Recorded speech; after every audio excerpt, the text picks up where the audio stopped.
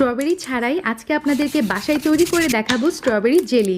আপনারা কি বিশ্বাস করবেন, এই জেলি তৈরিতে আমি একটা ফোঁটাও কালার ইউজ করিনি। এই রেসিপি তৈরিতে স্ট্রবেরি লাগবে না, কালার লাগবে না, এত সহজে তৈরি করে ফেলতে পারবেন এবং একবার বানিয়ে 2 মাস পর্যন্ত সংরক্ষণ করতে পারবেন। বাচ্চাদেরকে বানিয়ে দিন এই স্বাস্থ্যকর জেলি আপনার ঘরে থাকা উপকরণ দিয়েই।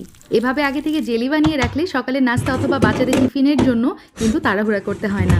সবসময়ের মতো সহজভাবে রেসিপিটা শেয়ার করব, কারণ হৃদয় ফেরদৌস খান চ্যানেল মানে সহজ রেসিপি।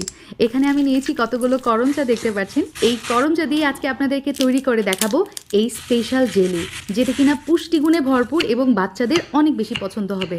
তো আমি কাঁচা করমচাগুলো এখান থেকে সরিয়ে ফেলছি, কারণ পাকা করমচা দিয়ে আজকে এই জেলিটা বানিয়ে দেখাবো।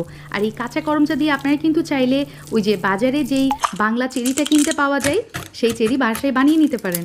আমি গতকালকে রেসিপিটা শেয়ার করেছি, তবে আপনাদের সুবিধার জন্য এই ভিডিও ডেসক্রিপশন বক্সে লিঙ্কটা দিয়ে রাখবো।